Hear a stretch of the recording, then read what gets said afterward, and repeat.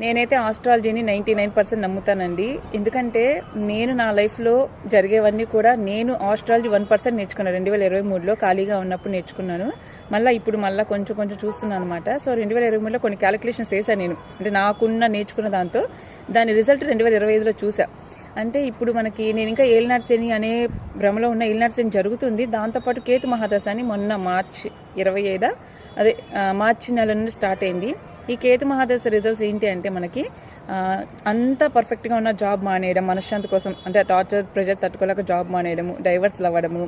ఇంకా చెప్పాలంటే బుధ మహాదశలో మనం ఏదైతే మంచి పేరు తెచ్చుకున్నామో, ఇంటెలిజెన్స్ అంటే వీళ్ళు చాలా తెలివి కలవాళ్ళు, వీళ్ళు ఆదర్శంగా అలా ఉంటుందో మనకున్న మంచి పేరు అంతా మన అహంకారం తగ్గించడానికి కేతు మహాదశలో ఏమైందంటే వీళ్ళేంట్రా ఇలా చేశారు అంటే మనం ఇలా చేసామని నమ్మరనమాట. అలా చేశారు అనుకుంటారు.